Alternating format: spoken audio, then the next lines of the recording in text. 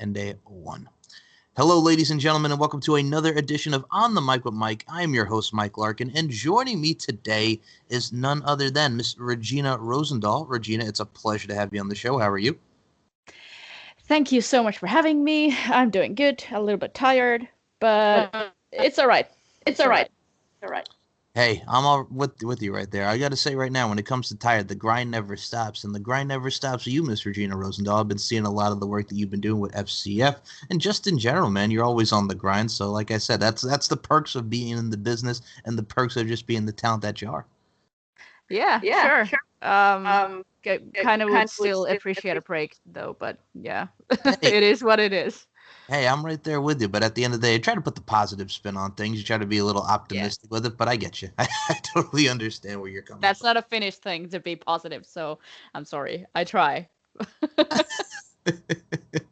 Hey, well, like I said, but still, trying is the best thing. But when it comes to trying, I will say this: FCF wrestling. Here's what I gotta love about this, man. You're wrestling there, you're training there. It really gives a great dynamic of just here you are, you're the in-ring talent applying your craft, but you're also teaching these youngins, if you will, these up and comers, really their overall craft. So I gotta say, from both a standpoint, that's gotta be awesome for you because looking at it from a standpoint of just okay, here I am, I'm training these people, here I am wrestling. It's one of those things where we're bringing up the talent as well, not just in ring, but behind the scenes.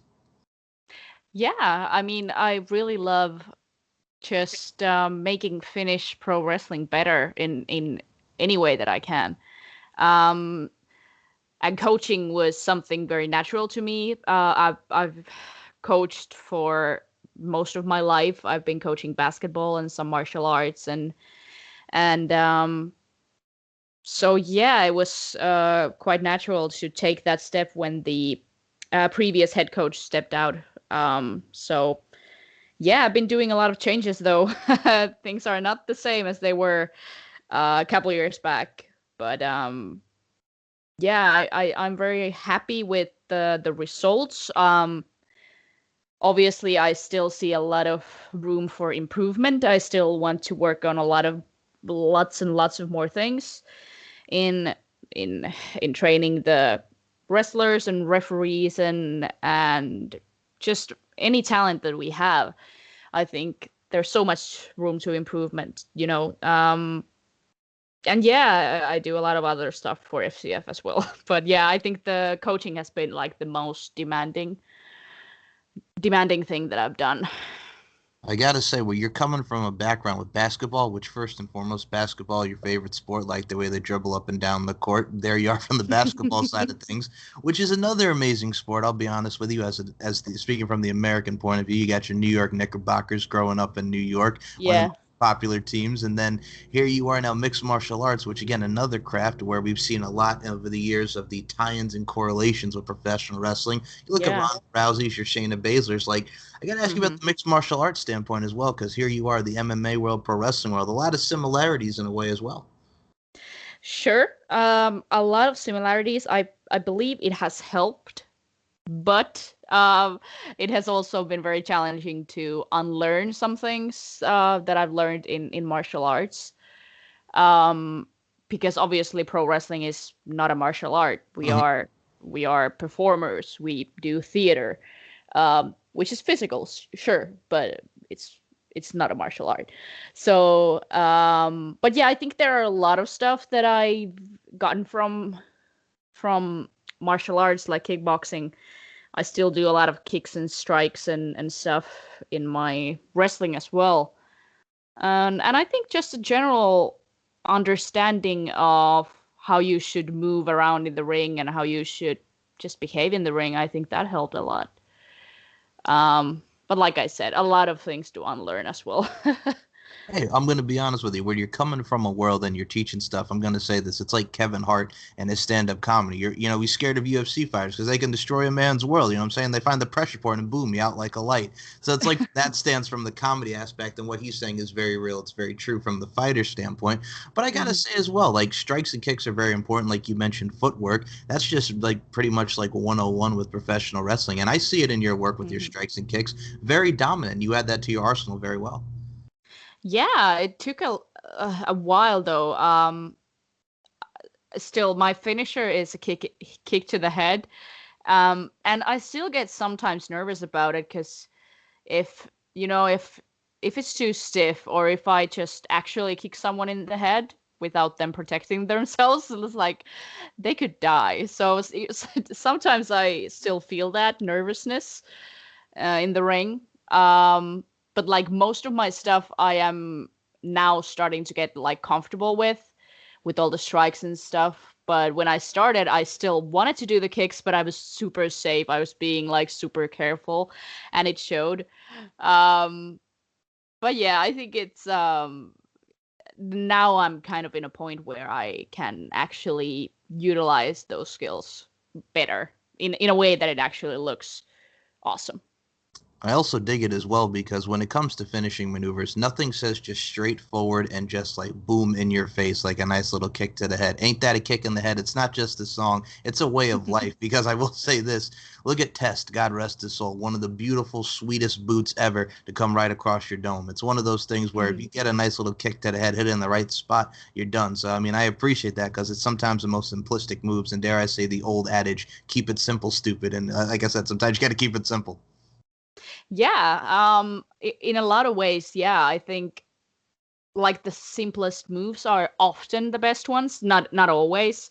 Sometimes like some of them just don't work anymore, or they can look a little boring in some ways, but I think it's all about the selling and how you portray the move. What do you do before, what you do after? I think that's the most important part.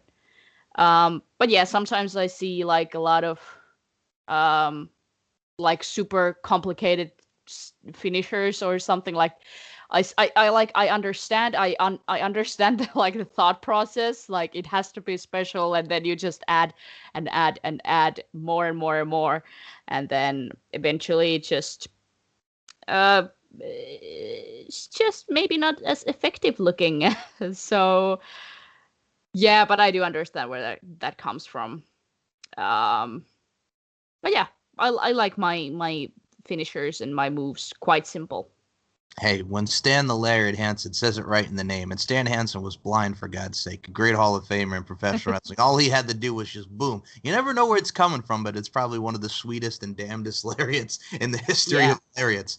yeah. I also like how you worded that because I mean we're in a day and age where everybody wants to do the aerial assault, if you will. Let's do a dive over here. Let's do this. Everybody Hmm. wants to do like a lot of pile drivers and power bombs. And what's cool about this is too, like we were talking about the old school mindset here. When you see a lot of fast paced stuff, and like you said, we were talking about footwork. Man, everybody, it's like watching a video game. Like I got my PS2 in here. It's like X squared, triangle, R1, R2. It's like so fast and it's so forward. But Hmm. sometimes it's like, yo, man, we got to slow it down here and tell a good story and just apply the systematic dissection joint manipulation, if you will, if that makes sense. Yeah, and that's exactly what pro wrestling is. It's storytelling where it's characters and a story. So if the moves um are playing well with the story, great, then use them. If they're not, probably shouldn't use them. If they don't make sense to the story, if they don't make sense to the character, you probably should figure something else out. But that's just me. I'm very much story based wrestler and very much the story based person. And I love the character work more than anything. So yeah, I believe in a lot of ways like like less is more. Even though it's pro wrestling, so more is more, of course, but still. No, I dig it. And here's one of the things why I love NXT UK so much because NXT UK has really a lot about the wrestling. It's just like you said, you have the old school rules match, you have just everything Hmm. that goes into it. And I can appreciate that because also I'm going to say, as the American here, a lot of us watch that and we get introduced to this new style with British strong style, or even if we watch strong style with Japanese, and even the Finnish Mm. style, if you will, because we see it with your promotion. It's like it's something for a lot of us to absorb and take in. And that's what makes the variety of wrestling that we have today so amazing. Yeah, that's true. That's true. And well, what I love about it too is with the FCF. I mean, you bring in a lot of talents from Europe. I mean, there's some Asian talents in there as well. But it's like, god dang, man, everyone from around the world. Here we are in Finland. It's a very marketable. It's a very, it's a great spot for professional wrestling. Every spot in Europe, every spot in wherever you are in the world is an amazing spot for wrestling. You just have to ride in the right school, which we see with FCF and just in general. And here we are off to the races, and we see a lot of great talents come out from your promotion. Yeah, I mean, I know Finland is kind of isolated in a way from like other parts of Northern Europe, and it's like very expensive to fly out from Finland. So that's like a huge thing for a lot of promoters to it's a huge step to buy some from Finland to wrestle because it's going to cost a lot of money. Um, but we have always had like a very solid I would say understanding of wrestling and the or at least the fundamentals of wrestling. And from what I've heard and understood is like even before my time it was like Finland was kind of like a place to be. Like it was an honor to get booked in Finland because well right now like we don't need to book anyone from outside. We have enough wrestlers of our own. So if we bring someone in now, it's because they are actually gonna bring something to the table that we don't have. They're gonna be able to teach us something. They're gonna be able to give us something else to the show that we don't have. Um, so yeah, it's like we are in a pretty good situation at least now during COVID because we can just do shows with our local talent, like very excellent shows, like very good quality shows. We don't need to bring anyone in. So yeah, but like in the last couple of years, um, we not only are good at the fundamentals of wrestling or the technical wrestling, but we are very good. We are one of the leading promotions in storytelling and character work as well. We have an excellent booking team. We have an excellent writers. Um, so that has taken huge leaps in the past couple of years. So I'm very proud of that.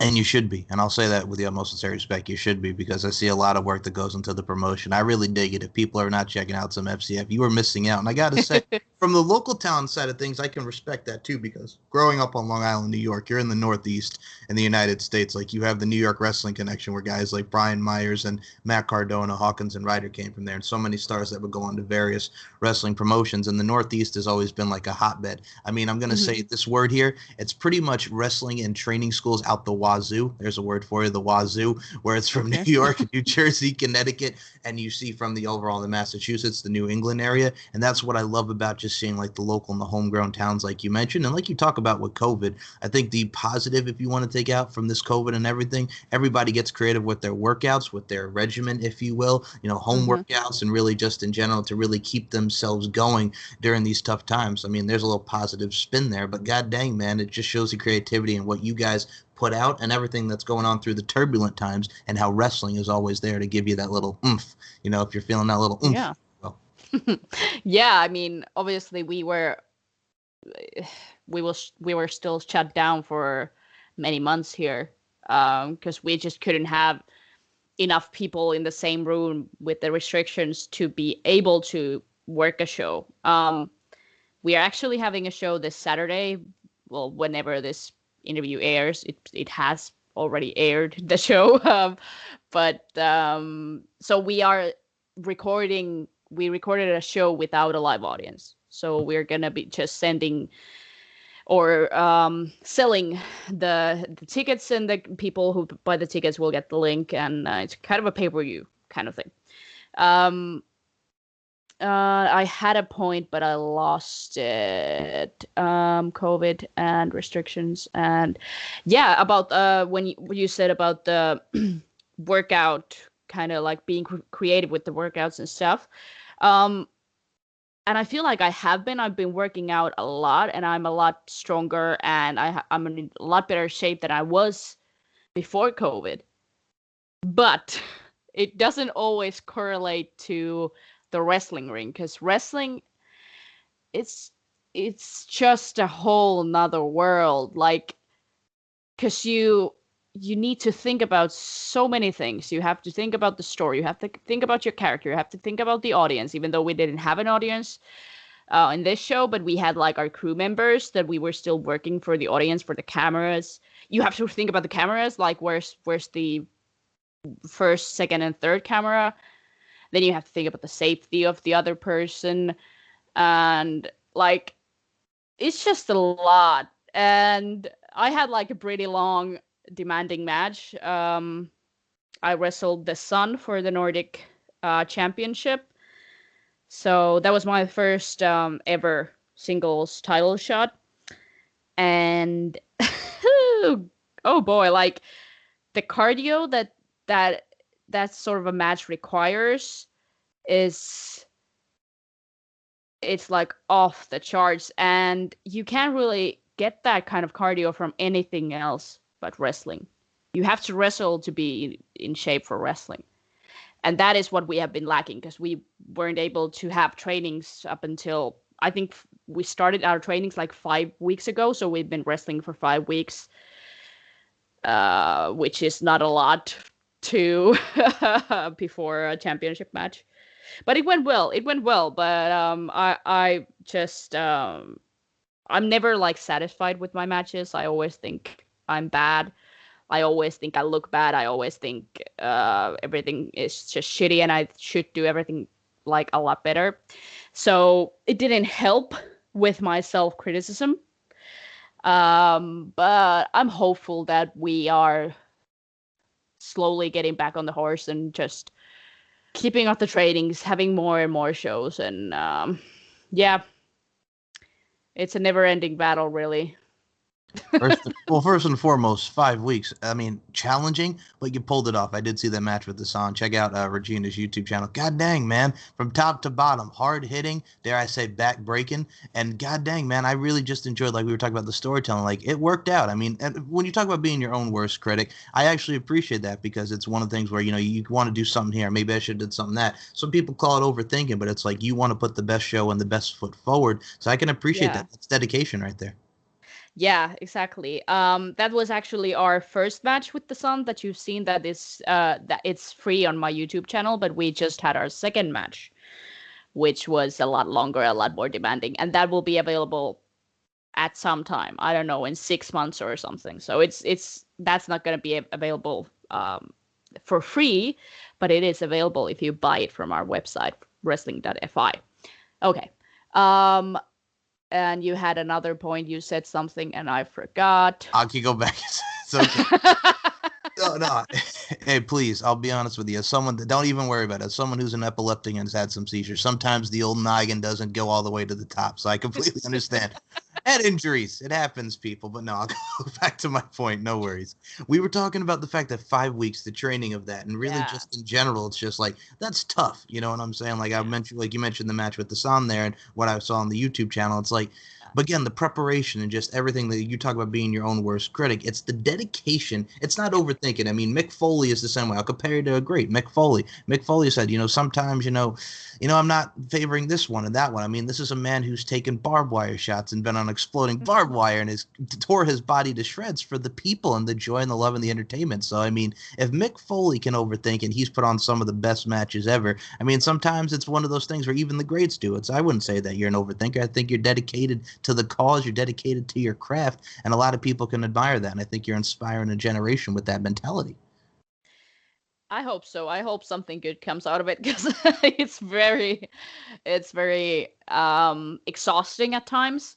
But I have learned through therapy, through a lot of therapy, that I can still be critical of my own craft. I can still want to improve stuff, but I also need to learn to be content and happy in a way, just to remember like where I was when I started, where I am now, like to be happy about that, but still want to go forward. Like that's something I really need to all the time really work on to kind of like have some self-compassion as well. Like okay, so this is what you did, and you did the best you could at this time.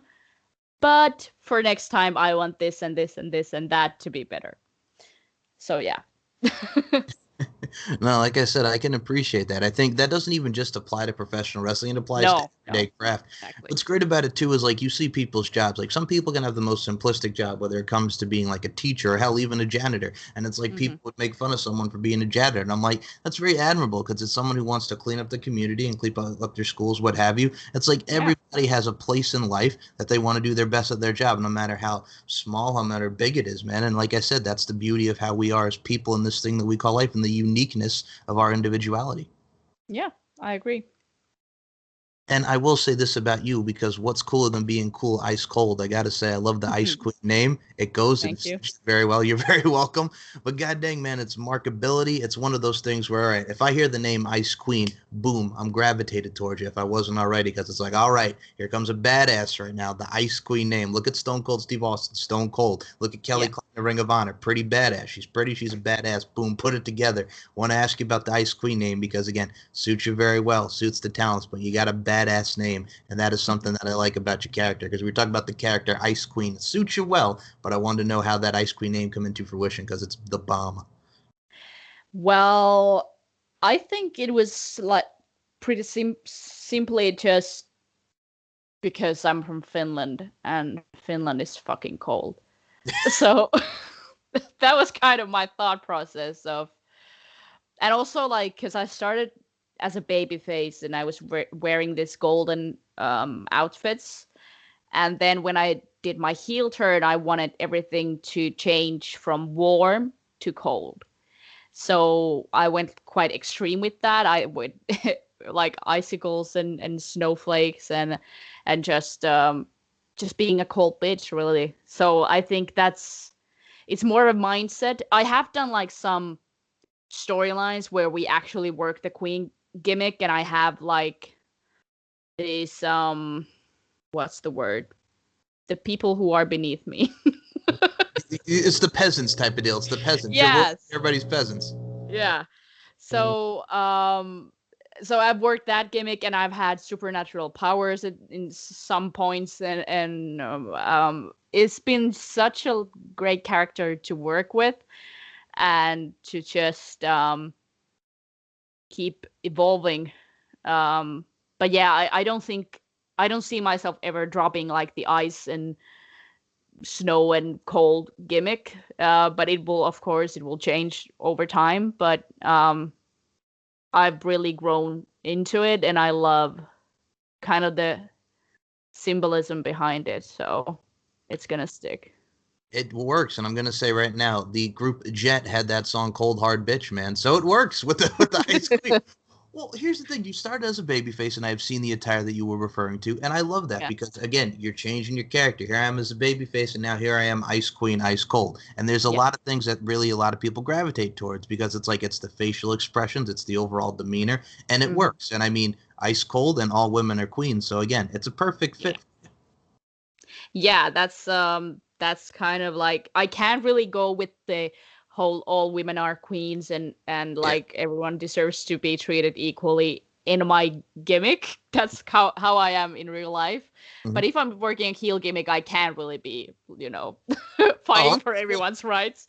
But that is kind of a secret message behind it as well. Um and I'm hoping to um make that work if for some reason I'm ever babyface again, then I will definitely want to see that. Make that kind of social justice warrior almost for fighting for equality. I think that would work I in mean, this day and age. oh my goodness, including social media and everything in general, absolutely it would work in this day and age. Yeah. But you're also kind of like you want to do a heel thing. Like I mean, Booker T, Hall of Famer, amazing person. God dang, Mm. man, you're like the King Booker, where he makes you kiss the feet, kiss the ring. You know Yes. what I'm saying that's you. Thank you, all my loyal subjects. That's all you need to add, and you can turn that into like your own version of like what Queen Charmel was. You know what I'm saying? Yeah. Like it's cool. Like it adds a lot of variety. Yeah. It works. It does. And that's what I think a lot of people can understand. I got to say words of wisdom from you, Miss Regina Rosendahl, because that's what goes into the character. And like another thing I'm going to mention is the witch thing, because I've seen it Hmm. with the Instagram, I've seen it with the character. Salem witch trials, one of the best thing in history, goes down in the history, in the annals of history. The witch vibe is cool, and I'll be honest with you, as a young man, I did watch me some Sabrina the Teenage Witch, to throw that pop culture reference out there. But Hmm. man, it's cool, and I like the witch thing as well because again, you get the superpowers, you get a little interesting stuff that goes into it, man. So I like the witch vibe that you bring to it too, because it's cool. It's different. It's like Isla Dawn, what she kind of does and what we see in NXT UK. It's cool. It's badass. Yeah. I mean, it's a lot like Isla Dawn. I try not to like be too much like her. But I have to say, Salem witch trials like were actually the one of the worst things that has ever happened. It Like has, not the but it's a history event. I know, but I mean, I'm here, people. Not everything in history is the greatest thing, but I mean, when you think of Salem witch trials, okay, yeah. But thank you for pointing that out. It's yeah. But yeah, it's because I actually practice witchcraft in my life, in like my personal life. But it took some time before I started working it in in my character as well. Um, and I'm still kind of like I only add like a very little, like there isn't a lot of witchy stuff in my gimmick yet. I'm kind of debating if I want to go that route more. But like you said, Isla Dawn is doing that right now, and she's kind of having like a quite a high profile storylines right now. So I don't think I want to do it at the same time. So maybe later. Um, but yeah, I like to add some pentagrams here and there, and but it's actually honestly, it's not just like a logo. It's because it's a symbol of protection. So I want to have that when I enter the ring. I want to have a pentagram on me, so it's for protection for myself and for my opponent. So yeah, but it looks cool as well. So Hey, it's the imagery of it that also really helps. I completely yeah. concur with you on that. And first and foremost, we're going to talk about practicing witchcraft here, my witchy friend, witchy woman, if you will, to take it back to ELO style back in the day. But let me ask you, when it comes to the witchcraft side of things, I appreciate that because we have a lot of different beliefs, we have a lot of Hmm. awesomeness, we have a lot of different stuff that goes into the craft of witchcraft. What made you get into studying witchcraft, man? Because there's a lot of stuff out there that we can also learn about certain types of endeavors. What is it about witchcraft that really interested you? Well, I didn't actually even realize that me and my basically my whole family we've been doing witchcraft ever since I was born. Um, because Finland is very much pagan country. So we don't like, for example, we don't celebrate Christmas. We celebrate Yule. Mhm. Um, so it's a lot like you would say you would see like in American commercial Christmas, but it's because those things are taken from our Yule. Um, but like the Santa Claus, for example, he's from Finland. Um, but um, but so we don't have religious stuff to it, so we don't have that Christian side of things. Um, so we've always celebrated the pagan holidays. We've always, I remember, like ever since I uh, was a kid, I would do like these midsummer spells with my grandmother. We still do them every year. Um, so like it took me a while until I like actually started studying it. It was I was in my 20s when I'm still in my 20s, but like early 20s. When I started to actually study the craft and I realized like, oh, I've been doing this for my whole life. So but yeah, now I'm like a lot more into it and I kind of understand now more why I gravitate towards this certain kind of symbols and things and people and animals and everything. So yeah, I think I've always been a witch, and my grandmother is also a witch, but she will not ever admit that. First and foremost, just going back to the fact that you just compared the Christmas commercials to what y'all got over there holiday-wise, I can definitely see that because ours are very jovial. And all right, I'll be honest, and I love it. Growing up as a kid, again, in New York, the Radio City Oh Christmas yeah. show, it's like, I get it. You know what I'm saying? Here's Santa, it's the choir, here's the Rockettes. I get it. It's the pageantry. So I understand where you're coming from the commercial No, side. but honestly, I love that as well. I'm a huge Christmas fan, like or Yule fan actually, but I don't know why I never. I guess it's because people don't really understand if I say Yule. So I've always, when I speak English, I always say Christmas, even though we don't use that word in Finnish. But so yeah, like the pagan Christmas, like we don't.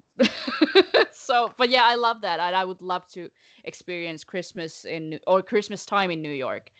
Oh my God, that's like a dream. Okay, there's a plus and minus. The plus, the Christmas tree, at Rockefeller Center, Yeah, everything in general, beautiful. Too many damn people though in the city around that yeah, time. It could get violent. I'm gonna put it like that. But god dang, man, through that cheer, it's beautiful and it's awesome. So pretty much what you want to be is like Macaulay Culkin in Home Alone 2, Lost in New York. yes, yes, and yes, I put that image in your head and you were very quick to say yes. Okay. yes. All right, now we'll go back to witchcraft for a second. Okay. Not the Salem witch trials, because I know we talk about annals of history and the negativity, not going the Salem route. But there was an Yeah. episode of Eden and Kell, the Chicago witch trials. It's pretty much like when Linda Cardellini played the witch character, and Keenan thought that she was a witch, when in actuality she really wasn't. She may have been, but it's one of those things where, from that comedy aspect, it's like, because we see that in popular culture, where people will talk about that. I mean, for God's sake, Halloween Town is one of the most iconic Disney movies ever. Yes, But it's cool. And like I said, when it comes it to is. different beliefs, yes, when it comes to different beliefs and just everything in general, I can respect that. And like you were talking about the Christian side of things, when it comes to Mhm. someone who is Christian and Catholic, here's the thing.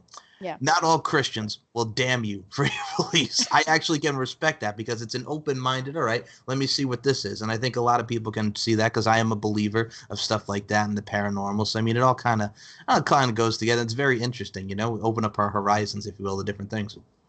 Yeah, and it's not like you can't have both. Like witchcraft is not a religion. Mm, So there are a lot of witches who believe in the Christian God. There are a lot of witches who believe in Wicca, and then there are a lot of atheist witches. So I think I'm more of a atheist, or I don't really know because I kind of believe everything has energy or almost like souls, but I don't believe in a god as an entity, really. So I don't really know what I believe, but just witchcraft and religion are not things that cannot coexist. exactly. And that's what I'm saying because a lot of people, and especially of the Christian religion, not all, like I said, it's like they look Yeah. at stuff and like it's the work of the devil. And I'm like, no. You know what I'm saying? I just, and not to put it so bluntly, like, no, but it's just like, if someone believes in something, I mean, we all have to have something to believe in, whether it be faith or a different type of ideology. It's one of those things Hmm. where it's like, that's what makes the person who they are. It doesn't make them a bad person, it just makes them them. And again, it shows individuality and unique, to bring up those terms again. And it's very cool. You know what I'm saying? That's what makes people who we are. And like I said, it makes you who you are. It shows you the badass in the ring, outside the ring. So it makes you a strong person and really encompasses your overall being. So I got to give you some love and respect on that front, Regina. Thanks a lot. But yeah, I appreciate like all religion. Okay. Let's say I appreciate everyone's right to have their own beliefs and the right to have their own religion. But I do not support the fact that any country anywhere makes laws based on their own religion, because people do not share the same religion and the laws need to be for everyone. So just keep your religion out of the law and then we're good. Everything's good. Amen to that. All right. Yeah. I know this is some deep stuff, but it's just like, I appreciate that. Yeah. And it's cool. All right. Let me go back to this because you're bringing up a lot of great points here. So a Yeah, lot but of, I don't know if I'll ever make it in America because I'm very opinionated in this. So we'll see. well, first and foremost, if you need a friend, I am a good friend and I got your back. So don't even worry about that. As long as you don't cast a spell on me, I'm good. You know what I'm saying? Little hocus pocus vibes, We'll Regina? see. Oh, I like your style. We'll see. Okay. I'm a little terrified, but I'm also excited at the same time, Miss We'll Good. See. That's my thing. Hey. No, I think that's how it should be. And a lot of people bring a lot of religion into stuff where it's not needed. So I can appreciate that mindset as well. So I will say this back to wrestling now, because Yeah. again, wrestling show. Sure. Oh yeah. Professional wrestling matters here now at hand. I will say this. What I also do appreciate is when it comes to what we have, and I wanted to bring up this tweet because you were so excited, as many other women are. Mickey James, she's coming into NWA, producing an all-women's pay-per-view for NWA. I cannot wait because there's a lot of released talent and a lot of great talent on the indie scene going to get some shine. How excited are you? Very super fucking excited. I don't know if I can swear on this podcast, but You can. You already did once. It's okay. Yeah. Okay, good.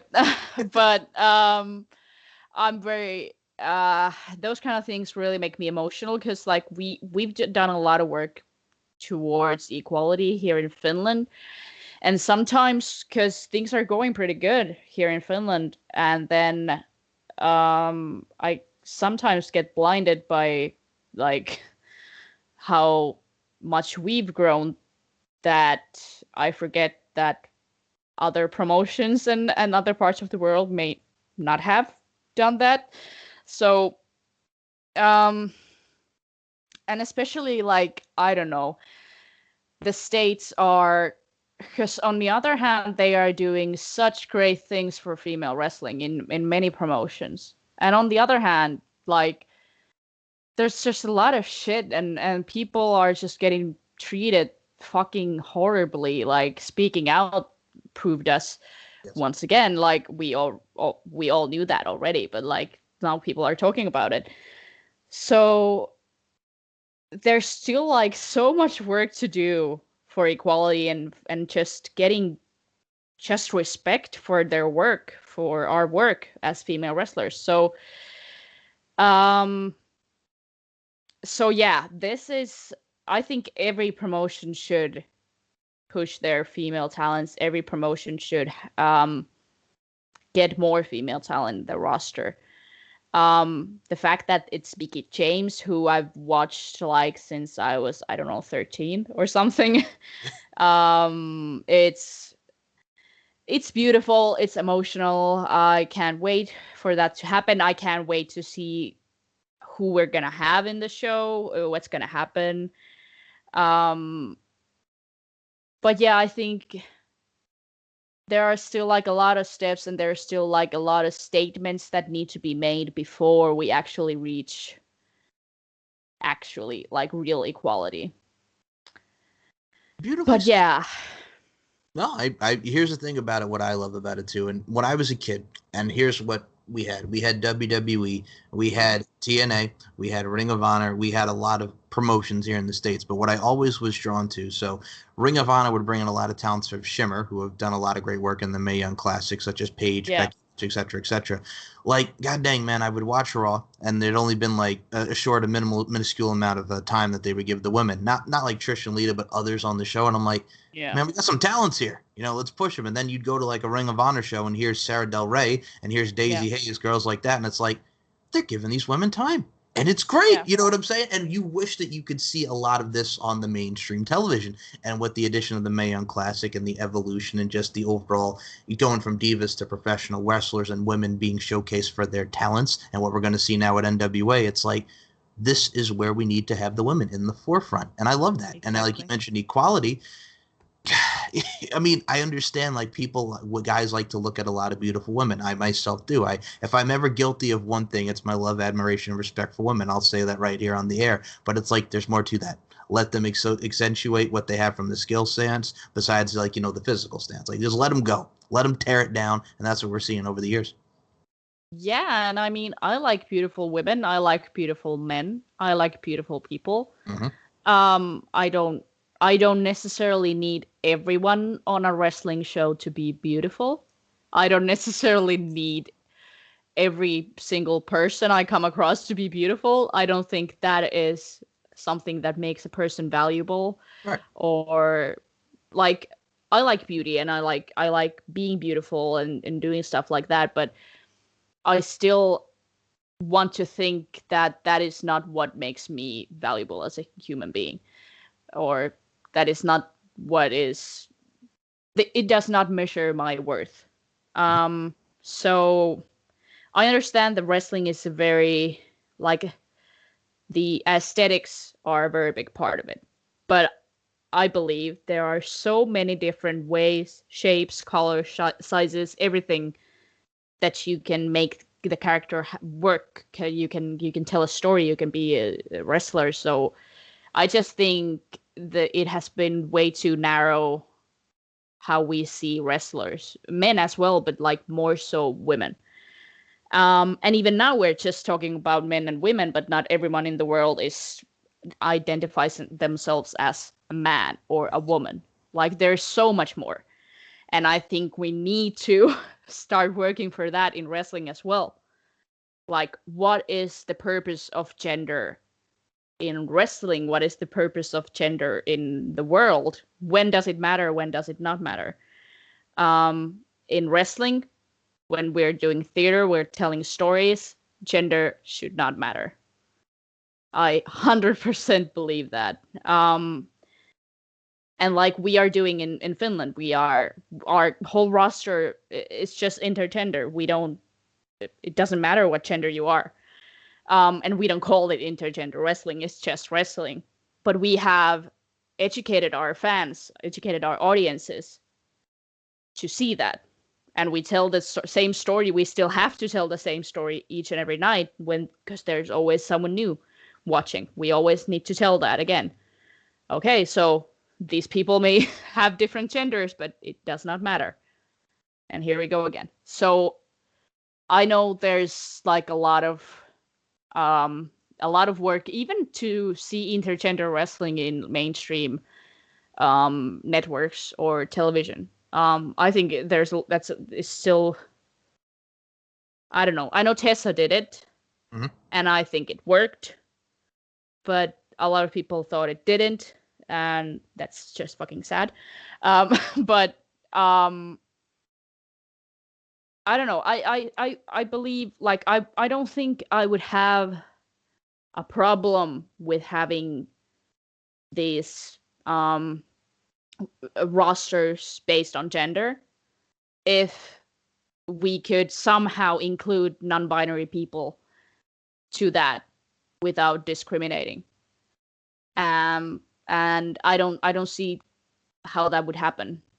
It's very hard for me to see. So yeah, we need to acknowledge there are more genders than just two. All right, I'm going to follow up with that because I'm going to say from the American side of thing, and I don't mean to be blunt with this, but I'm going to be blunt. Some Americans are dumb. And what I mean some? Hey, I'm not saying all of them are. I'm not including myself in that. All right, I see what you did there with some. I'm trying to be nice. So, not all of them, but some. This one over here trying to like nudge me over here. I see what you're doing there, Miss Regina Rosendahl. Anyway, back to what I was trying to say. So, intergender style of wrestling. I mean, we've seen it from the 80s where it was very comical, where we had Andy Kaufman, the intergender champion of the world. That was horrible. Okay. All right, I'm getting to that. Damn. Okay, so Andy Kaufman and Jerry the King Lawler had a moment on a David Letterman where he threw the coffee, and it was very iconic in the 80s. Mm-hmm. So that was our early introduction to that.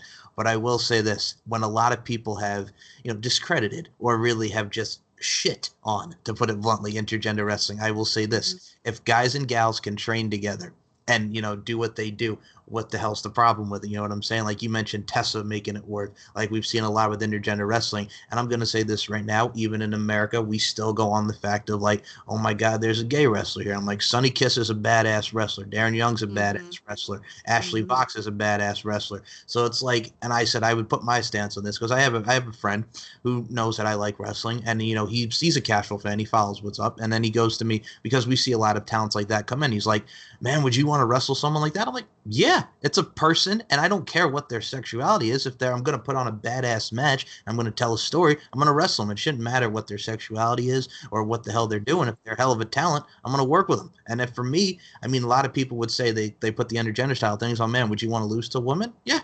Why not? It's the story. I don't mind wrestling a woman, losing to a woman. It doesn't matter. At the end of the day, we're all people. We all like the same stuff. We all have the same goal in mind. So it's just like, you know what? Let's do the damn job and let's do it to the best of our abilities. And also, wrestling is scripted. Yeah, exactly. Exactly. Like, That's the problem that people don't get that like mindset. breaking news, but wrestling is scripted. So I don't like. I don't even understand the concept of like I understand it story wise, but like if my character loses, I'm not lose. I'm just acting Yeah. a story where my character loses. Like I really don't understand that. Like people take themselves way too fucking seriously. And also like even if it was a fucking actual martial arts fight whatever, like a lot of the girls that I know would probably still beat you guys up. Like they probably still would. So it really just comes from the misogyny, and that is so rooted to us. Like even as women, it's just so we've been taught our entire lives that women are like this and men are like this, and that women are less than men. And even if people don't say that exactly, they are saying it through their actions and expressions and how they say things, how they word things, the tone in their voice. So there's like because the world is misogynistic, then so is wrestling. And I would love to help the world be less misogynist with my work in wrestling. I want to, because this is kind of my world. Wrestling is my world. So I want to make wrestling a better place, and hopefully that will do something good for the world as well. Um, but yes, that is exactly why it's very important to have this fucking women show in NWA. So yeah. Hey, like I said, and that's the thing too. Like I think you could tell obviously by talking to me, I'm very open minded with this stuff. But it's just like Yeah. a lot of people don't grasp that concept where it's like, okay, like you said, wrestling it's predetermined, but it's just like why should that matter? And like you said, people take it too seriously. It's the politics with professional wrestling. We all know, that. But Mm-hmm. it's just like I'm going to lose to a woman. So who cares? It reminds me of Disco Inferno, who was in WCW, who did not want to lose to Jacqueline. And that was, the whole shebang there. That was a big thing.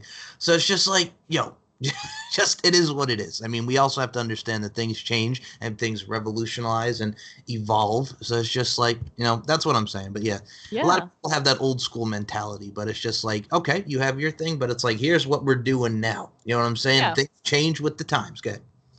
Exactly. And like we've had some people leaving our promotion because we are doing things differently because we want equality for everyone, and they're not happy with it. Like we got some backlash from supporting Black Lives Matter last year, and like from the inside, and it's like, oh god, just please fucking leave. We don't need any Nazis here. um so I really don't like that's why I feel like it's very important to aggressively push equality in in everything that I do. I do it also on social media, but even if people are not that, active on social media, just take those steps in your daily life. Like just you know, you need to do that. You need to have your eyes open, and if you see something that's wrong, you need to do something about that. And that's always been my mindset. It's so hard to kind of come to the understanding that a lot of people don't think that way. And it's weird. I will say this first and foremost. I like the fact that you're just like, please just get the fuck out. Like that's very blunt. It's also very like, please just get. You said please. It's a magic word. Just get the fuck out. So no, I respect that wholeheartedly. And when you talk about your social media, and we'll plug it at the end when we get towards the end of the show. But I got to say, you're a great follow. I see how you promote that. I think it's a great message. I got to say, you're a great follow on Twitter and Instagram. You give it up with the content wise and just your overall message. I dig that. I think it's very respectable and commendable. I like it. Thank you. I A lot of people like how um people don't say it to my face, but like I hear everything, honestly. Like I know what people say about me. I have my ways.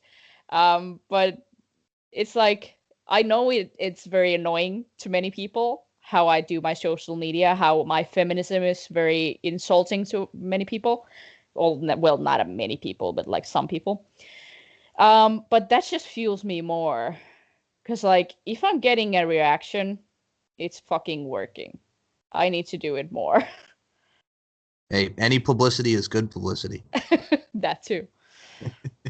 Well, I'll be honest with you. I think for me, my stance, because we were talking about this before, the show. I'm just like, well, my biggest influences are my mother and my grandmother, two of the best women in my life that really raised me to have this ideology and just be respectful towards women and people in general. So it's just like, it's Hmm. also the homegrownness about me, if you will. There's a word for you, homegrownness. Just add the ness to it.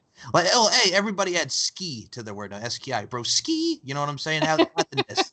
So, so it's like that's how you are. You know what I'm saying? That's how you have to look at things. And I guess it's that respect. And I got to say, a lot of these cats out here, yes, I'm going to say the word cats, a lot of these guys and gals don't have that tact, if you will. And I think it's kind of like a lost art. And it's a lost, really, just overall professionalism that we don't see nowadays because, again, we're in the era of technology and everybody's just got their heads to their phones and shit. And they don't have their eyes and ears to what they need to be listening to. So it's just like there's no tact, if you will. There's no tact. Yeah, I don't know, but a lot of that, like, if you just look at the right stuff on social media, Mhm. you can also educate yourself. But Yeah. yeah, if you just numb your mind with, well, I don't want to say unimportant stuff because people they they choose themselves what is important to them and what is not. So, but yeah, um, I don't know. It's I could go on and on Oh, about this I for appreciate it. That's why I look at you and I'm going to say, like you were talking about being opinionated before. Don't apologize for being opinionated. You're a very passionate person. That's, again, very respectable and commendable. Don't apologize for being opinionated and hearing everybody. You get your eyes and ears open and finding out other ways. I heard what you said there. There's some undertones there. I'm going to say I'm a little frightened, but I'm also intrigued and also, in a sense, there. I hear you there where you find your ways. You found a way. You're like Drake and Josh with their old theme song. You found a way. You found a way. I see you. yeah, but like honestly, like yeah, I don't know. I have a lot of very good, trustworthy friends. They're almost my family, a lot of the wrestling people in Finland, even in Sweden, in Norway. Like I've adopted some of the women from the other Nordic countries. Um, but I feel like I have built such a strong community like around myself that I feel very safe in the Finnish wrestling scene. I know this won't be the only wrestling scene where I will work. I know I want to work in other places in the future, and I'm terrified of that because people are shitty. Wrestling people are shitty. Men are shitty, and it's like I don't know how to approach things when I'm not, you know, if I go somewhere as a visitor, I don't know how I'll handle that if I see something that's wrong. But I know I won't be quiet. But we'll see. We'll see how that goes. I'll put it to you like this. I'm about to teach you a new word. You sense the bitch assness. You sense bitch assness up in here. You're kind of like, you're smelling out the bitch assness, and you can just, it just gravitates towards you, and you just want to smell out the bitch assness, is what you're saying. Yeah. Yeah.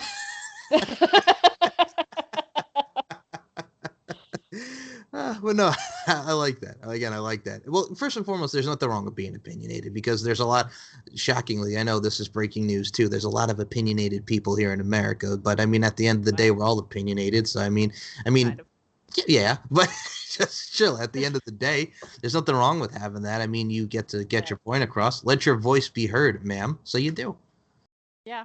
I know. I think the most important thing is just to like, I know it's a cliche, but stay true to yourself. I think that's just the only way to live, really. And see where it goes.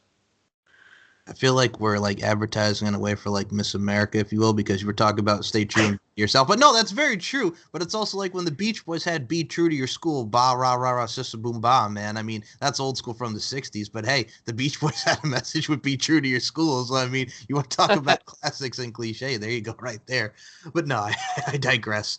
By the way, I will say this on another pop culture side because this has been bugging me. Like we've been talking about Finland and the prestige that we have with your school and Hmm. everything. Here's the thing about Finland, man. I was a 10-year-old kid, I believe around like early 2000s. Okay. So, SpongeBob SquarePants. It's at the height, right? It's SpongeBob SquarePants. There's the episode with Doodle Bob. You know what I'm saying? He's drawn like the bowling Hmm. ball and he sees Patrick's head as like the pins, and when Patrick gets knocked unconscious, SpongeBob asks him if he's okay, and what does Patrick scream out? Finland. That's again early images of Finland. If you remember that episode of SpongeBob SquarePants. I do not watch SpongeBob, Oh, you. Oh, okay. Never mind then. All right. SpongeBob reference. I'll pick that but up. Not a fan. Not a fan. nice story. Nice. Okay. All right. Not a fan. All right. Fair enough. Okay. So moving back to professional wrestling. Sure. Okay. So I have to message this as well because god dang man, you talk about being just with everything that you talk about from the feminist side of things and you talk about modeling side of things, and here's why I love you, because again we talked about this. You have that attitude of it's like, you know what, I don't give a fuck. This is me. And I love the bluntness of that. You know what? Fuck your standards. Here I am. It's almost very like when Paige came into NXT. She's the anti diva, got over with a lot of the fans. She's the NXT women's champion. She's showing her abilities. And boom, here we are. With you, what I love about you too is like, again, beautiful imagery with your photos. You're a beautiful woman. I mean that with the most sincere respect.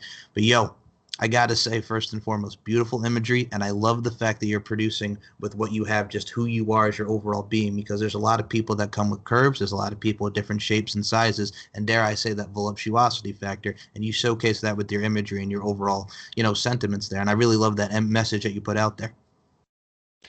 Thank you. It's actually like being been a big part of my eating disorder recovery. Hmm. It's part of my therapy, really. Just putting myself out there as I am. So it's been very therapeutical and very healing. And ever since I started doing that, I think I only started like actually like taking those kind of pictures like last year or something. Um, that I didn't edit. I did not make myself look smaller or smoother or hide my scars or cellulite or anything. So it's actually been very um oh God, I'm starting to lose English words now. I have three languages in my head right now, so it's like, oh, Okay, well, shit. let me help you out here, Mr. Gene. It's very healing, and it's very like you mentioned the healing process and the therapeutic, and you really start to get that like self confidence. You know what I'm saying? And you really get Yeah. to see get that outlet about yourself, which again, it's the overall mindset. You develop that positive mindset and the overall confidence, if you will. Yeah, and also like I feel like I don't need to hide anymore. I don't need to like hide myself, in the ring or in any performance I do or anything. Like I just look like me everywhere. Like I don't need to worry about that. So, yeah, I think it has actually been a lot more helpful to my mental health than I initially even thought. No, and here's the thing with a lot of guys, I will say nowadays, and here's again, we don't judge on shape and sizes. There's still some assholes out there, a lot of them. I'm not going to say some because I'll add the all to that, and you know what I'm saying. I'm going to add the all as opposed to the some. So here's the thing, where again, as a young man in my teenage years, I'm in my 20s now. I just turned 29 back in April, so I'm almost to the big 3-0, and I'm kind of Mm-hmm. dreading it, but I'm also happy at the same time because another year older, yet another year wiser, all grown up. I feel like the Rugrats. Anyway, I digress. So so when it comes to what we have as people and how we grow, I think I've just always appreciated that because as a male, I think a lot of women that I've been drawn to have been a lot of the women with the, like we talk about the curves and just overall the voluptuosity factor. And what I appreciate about that is there's a lot of women who are confident and they just show it off. And it's just like, you know what? That's also what draws us to us. You know what I'm saying? I mean, there's a lot of beautiful, like fit girls. We all come in different shapes and sizes, but it's a lot of us that get drawn to a lot of girls with curves because it's like, you know what? This is me. Here I am. So the confidence is an overall admirable and desirable quality that really showcases. So again, you should be very proud about that. Thank you. And I think like I'm very privileged to look like I do. Like even though I've had my challenges and like I mentioned like the eating disorder and everything, but like I still have like the socially acceptable curvy body because I have a small waist and wide hips and big boobs.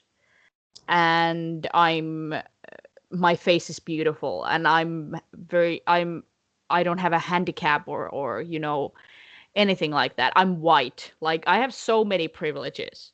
Like I understand that, and when I'm promoting like body acceptance and stuff, like I understand my privilege as well.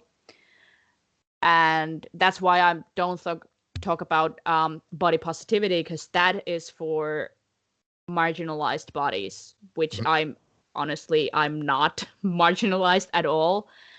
Um, other than I'm just bigger than the ideal body, so to speak, in society.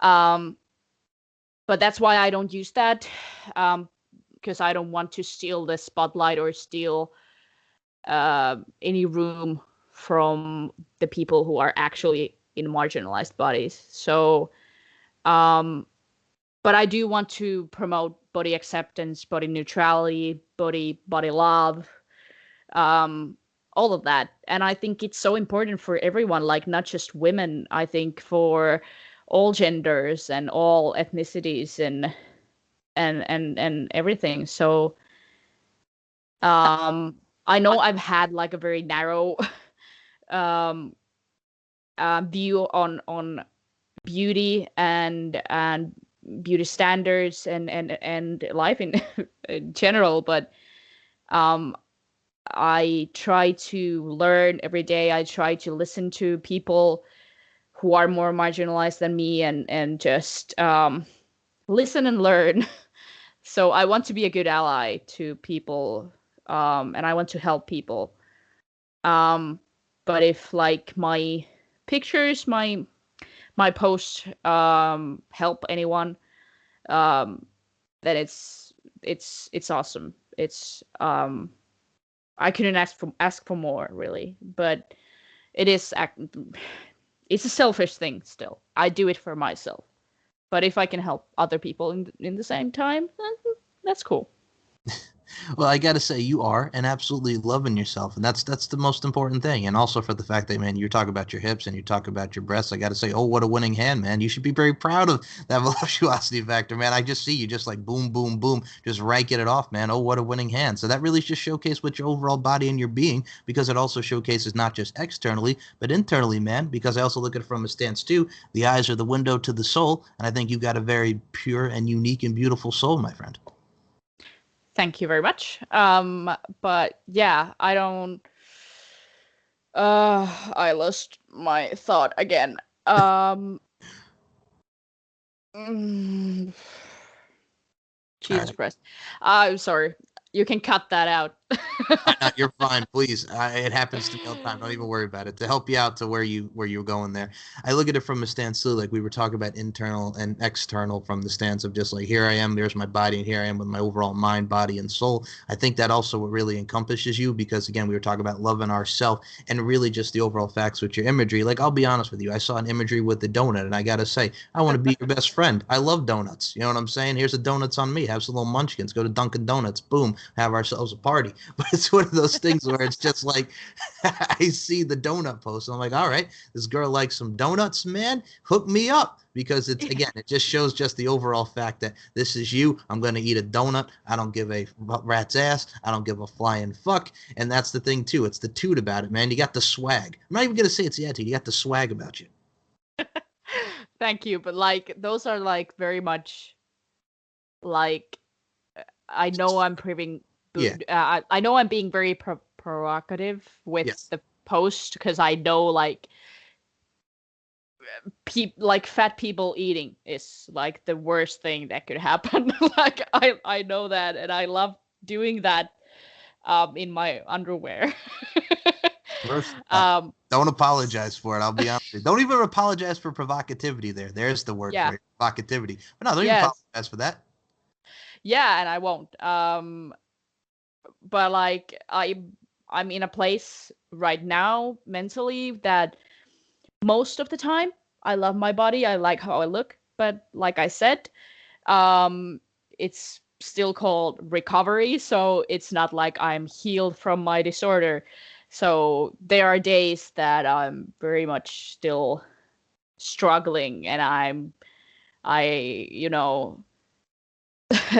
it's very self-destructive as well at times, but now I have learned how to cope with that.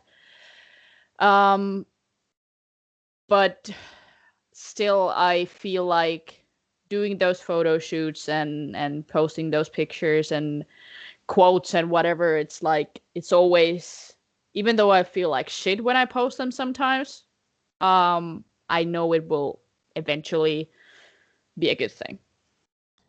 And it is, and it will be. I got to say, continue doing those posts, because again, you're going to be helping yourself and you're going to be helping a lot of people. And at the end of the day, like you said, that's cool. It's hella cool, is what I'm going to say. It's hella cool, because it's one of it's one of those things where, again, we have the power, and all of us have to use that power. You know what I'm saying? It depends on how we use it. Some use it for good, some use it for bad. But we all have that power to inspire and encourage people through our words and actions, and that's what you're doing. So again, being very proud of what you're doing for yourself and for the people. I think a lot of people can relate. Then you're just inspiring another young woman to do what she wants to do, whatever endeavor she wants to, pursue. So I mean, you should be very proud. You should be very, very proud.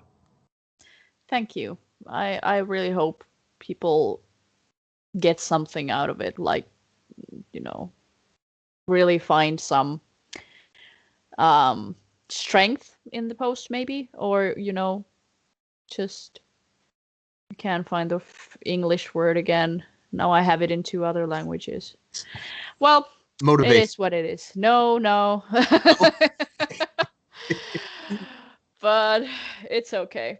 Okay. Um yeah. Next question.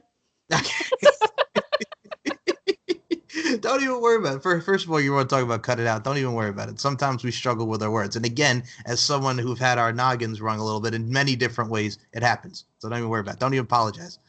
Please, I appreciate that. No, you're good. Anyway, I digress. I'll move on to the next topic. So, okay. So, many things have happened with FCF. And one of the things I do love, I love Dynastia. I love your group. I love your Yes. fandom. God dang, man. I just saw your latest post on Instagram where y'all are drinking. Y'all are having some fun. I was entertained. I was happy with it. It shows the behind the scenes, and it just shows a good time. And that's what I love about your group from the dominant side of things and what you do inward, the fun times as well, man. I'm entertained and I'm gravitated towards it. I love it.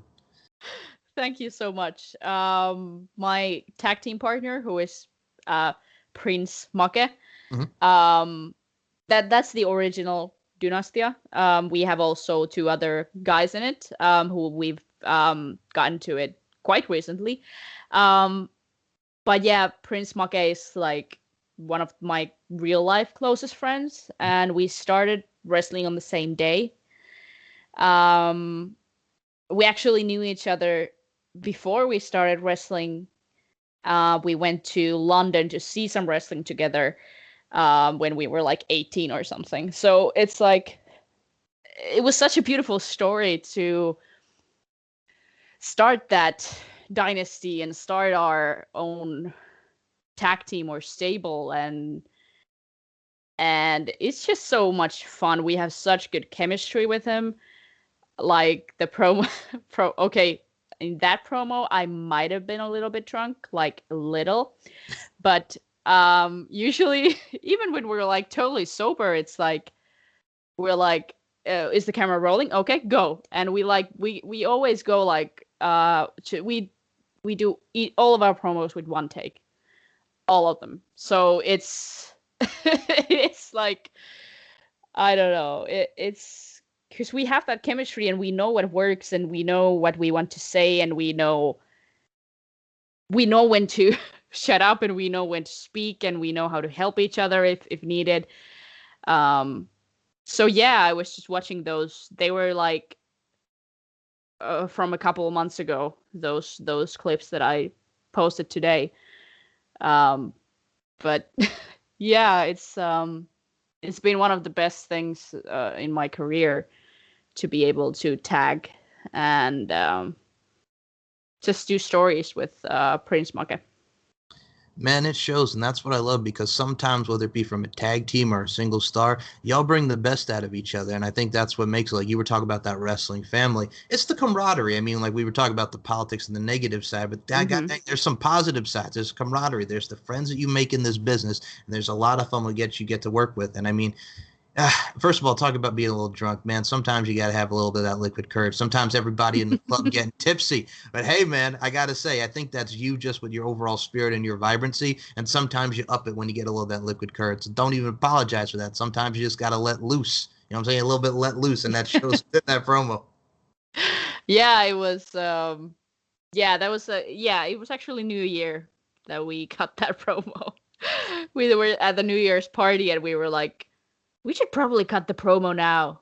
Yeah, we should. And then we just went downstairs to the basement, put on the shooting light, and just started rolling. So, yeah. Hey, what came out of that though was a nice ass smile because you do have a nice smile. You could tell the fun you were having. So keep on smiling. Thank you very much. I hope we can do a lot more stuff with him in the future. But we'll see if we're gonna have actual shows this summer or not.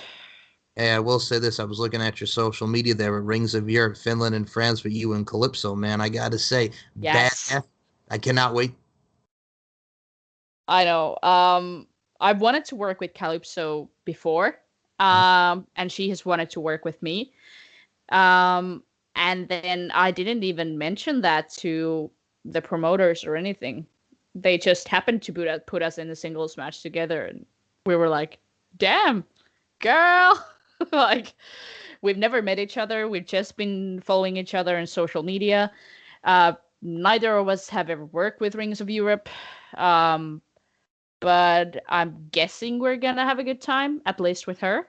So I can't wait. It's my first time in Austria as well, and I don't speak one word of German, so I probably won't understand what's happening.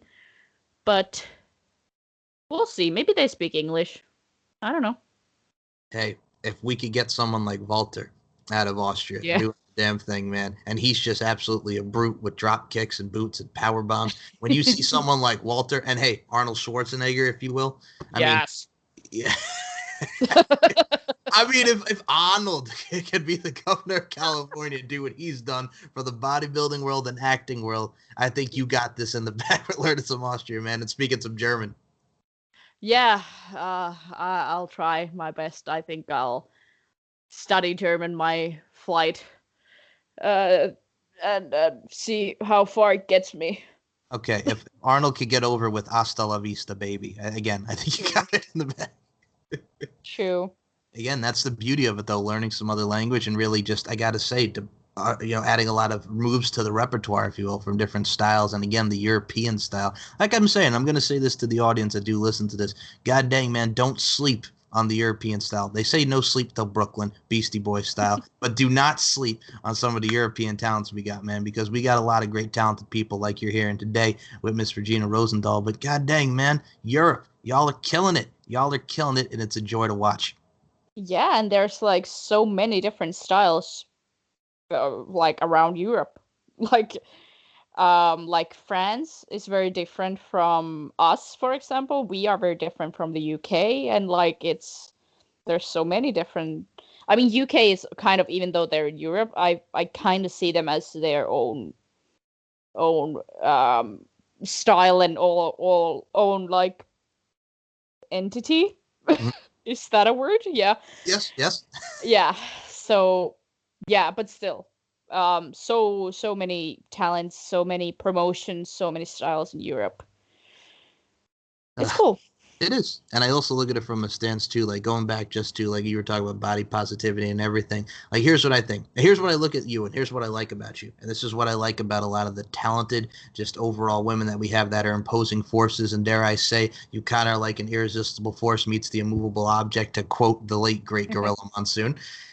Look at somebody like Piper Niven. Now she just made her debut on the Yes. main roster, and I love me some Piper Niven. And the fact that Hmm. we had to, what pissed me off about this with Eva Marie, and Eva Marie, beautiful woman, wrestling Sure. wise, I'm gonna be honest, Yeah. I mean, there are lots of beautiful people in the world, but should they be in the wrestling ring? no, I don't know. no.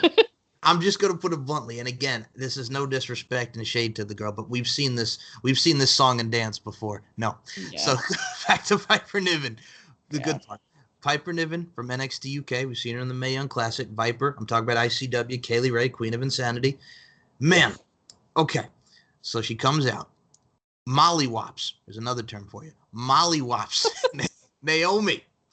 And on, Yeah, poor Naomi. I know, but they're acting like, who is this mysterious woman with, Yeah. and I'm like, it's Piper Niven. Yeah. Okay, and it pissed me off. But what Like was, she's been working for you like for 2 years or something. So- that's what I'm saying. And you just yeah. want to choke somebody. So, violence aside, it's like, what you're doing in that moment too is like, for fans like myself who want to watch NXT UK, it's just like, why do we even have this? You know what I'm saying? Because she was a pivotal part of your division, and now you just want to erase that from my memory. It's like the Fiend when he's talking about erase your mind. You've erased my mind of her NXT UK career, and it's like, what are you doing? But she does that, and the whole thing that we're getting now with Eva Marie, with her being her quote unquote protege. Uh, Mhm. what pissed me off is the comments afterwards, because yes, I know you people want to see Eva Marie because she's hot. I get it. But let's not take away from the fact that we have a beautiful woman like yourself who's athletic and you can move and you're very talented. I've seen the powerful maneuvers you do and I like it. And that's what I say, I like your style. Here's Piper Niven, same thing. Woman can move for her size, very athletic. So stop with the goddamn body shaming. And Piper Niven, much like yourself, has the same attitude. Yeah. So what? And that's what I love about the stance of it too. But yeah, Piper Niven getting the just due that she deserves. It's great to see her on the roster, but Eva Marie, nah. Yeah, that was I was super emotional when she made her main roster debut, Mm-hmm. whatever it was. I'm glad that they seem to be making her babyface still, Yes. because it seemed like Eva Marie was the heel, and Viper or Piper was kind of heelish, but still clearly a babyface. So I think that it maybe the story could get Piper over still, but I hope so. And I really hope, because the only like actually plus size woman WWE has had in the main roster is Nia Jax, who Mm-hmm. is fucking like the most gorgeous woman in the planet. Like she's a model and she's the cousin of Dwayne the Rock Johnson, so it's like it's a bit different than coming from like someone like Piper, coming like she's basically a nobody. She's just a wrestler, so to speak.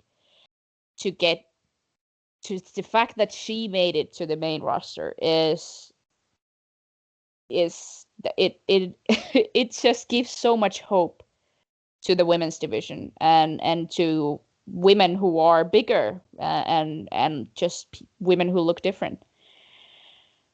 But Eva Marie, okay, I'm gonna keep this short, but I do have to say it. Um, I I'm sure she has worked very hard. I'm Mm-hmm. sure she has put so many hours to WWE to she's in fucking great shape. I know she can. I think she did some like aerobics or something like. She's super. she's in great shape. Mm-hmm. Sure. Okay. And that's about it, honestly. Um, when she was there for the first time, it was almost disrespectful that she got that airtime, Yeah. and then other women who work probably as much but are more talented and who can um, do more were not given that chance. And I feel like it's the same thing again.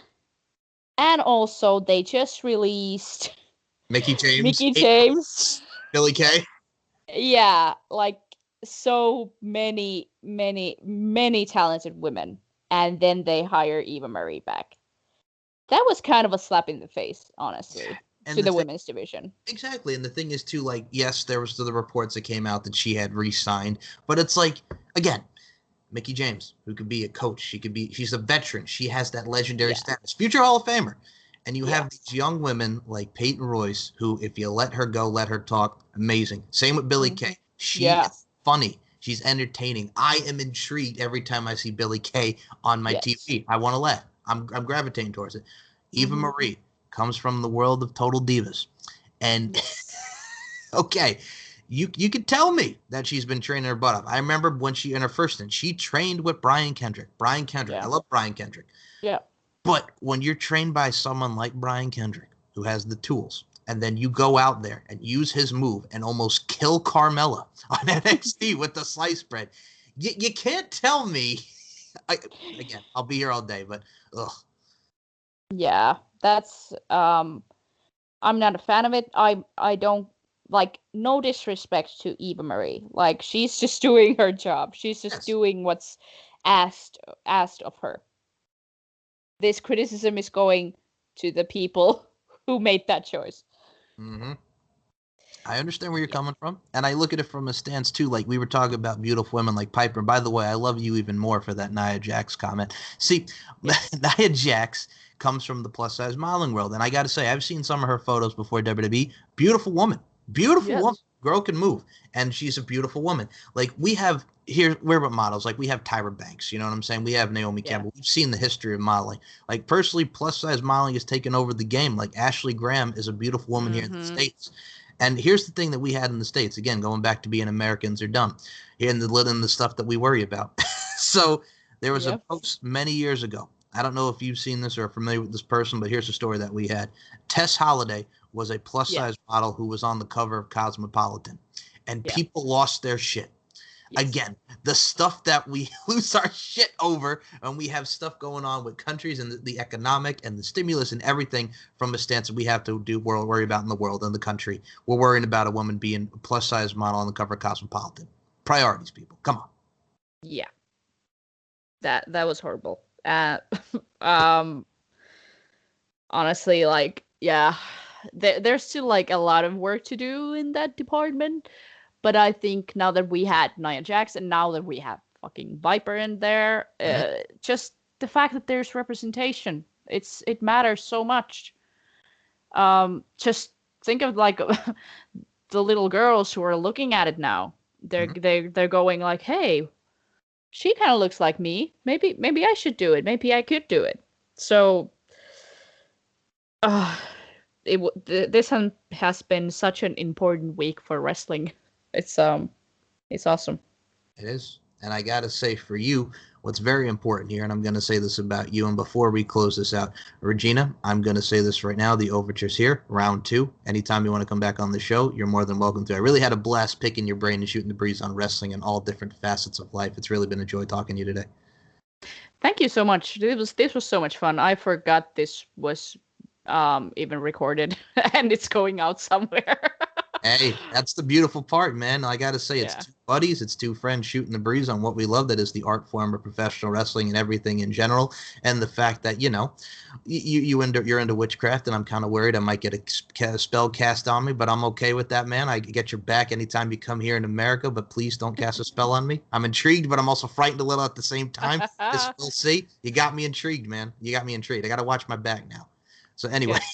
Yes. I love you. But yo, Here's what I want to say about you that I love. You got the knowledge about you. You got the athleticism about you. You got the talent. You got the overall, dare I say, the accoutrements, if you will. Yes, I use that word, the accoutrements. So if you could give any advice to any young lady who wants to get involved in the world of professional wrestling with that old noggin, that knowledge that you have and the overall studying of your craft of many art forms, like we talked about basketball, we talked about the world of mixed martial arts, we just talked about crafts in general, including which. So I have to say to you, what advice would you give to the young ladies coming into the game, coming into professional wrestling that want to get involved with FCF or just want to get involved in professional wrestling in general? What advice would you give them? I would say don't. Fair enough. It's a shitty world. But I mean, if you really want to do it, if you're like actually super positively sure, then I would say find a good school. And when I say good school, I don't just mean someone who can teach you moves, because anyone can teach you moves. What I mean is find a safe place to work and to grow and to fail and to succeed. People who are going to have your back, find those kind of people. And then after you've done that, just remember to enjoy. Enjoy the ride.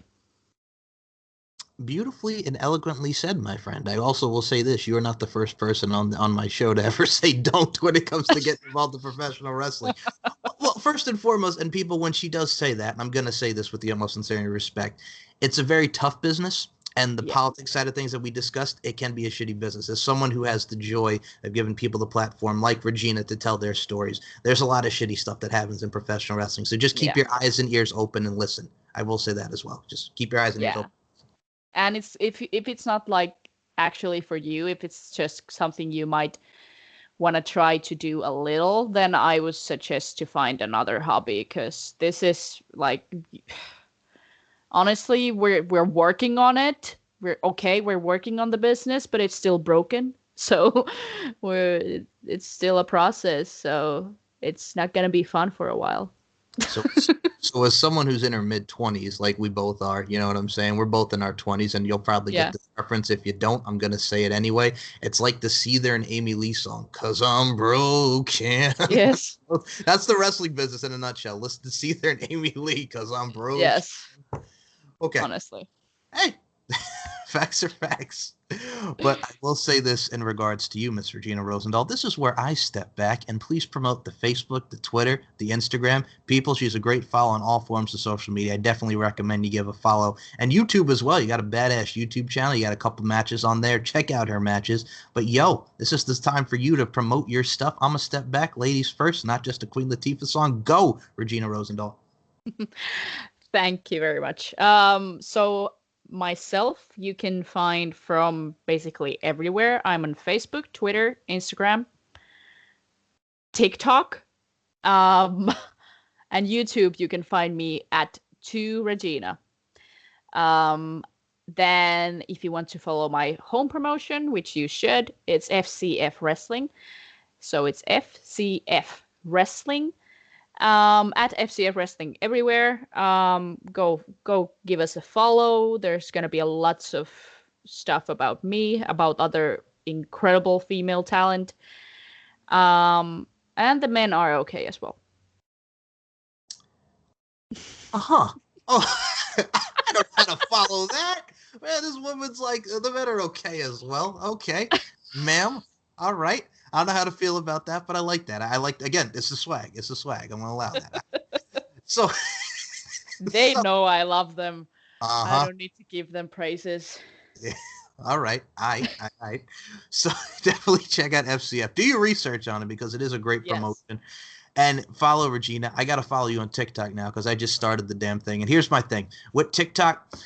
I was a little bit against it, like a lot of people were, but there is some good Mhm. stuff and funness to TikTok. I definitely recommend, if you're not following Regina on TikTok, I'm about to as soon as the show ends. Get yourself on the TikTok, heart TikTok, you don't stop. Tickety tock. I'm taking back to Blues Clues.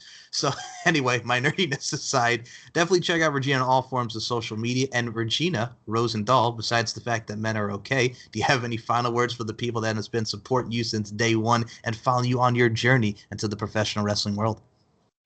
Yeah, I mean, thank you for sticking with me. Like, I know it's been a rough ride, but it's getting interesting, isn't it? It is. And to quote the late great DMX, stop, drop, shut them down, open up shop. Whoa, that's how Rough Riders roll. You're a Rough Rider. It's been a rough ride, but here you are. But started from the bottom. Now you're here. I'll be here all day. Yeah. I digress. Gina Rosendahl, thank you so much for your time. I look forward to another round of this. So for Regina Rosendahl, what's cool to being cool, ice cold, the ice queen, witchy woman, watch yourself because this girl knows some witchcraft and she knows some wrestling. That's a whole lot of greatness right there and a whole lot of accoutrements. I'm using it again before we close the show with Regina Rosendahl. My name is Mike Larkin. Thank you for listening to another edition of On the Mic with Mike, and I will talk to you in the next episode. Regina, thank you so much. Thank you.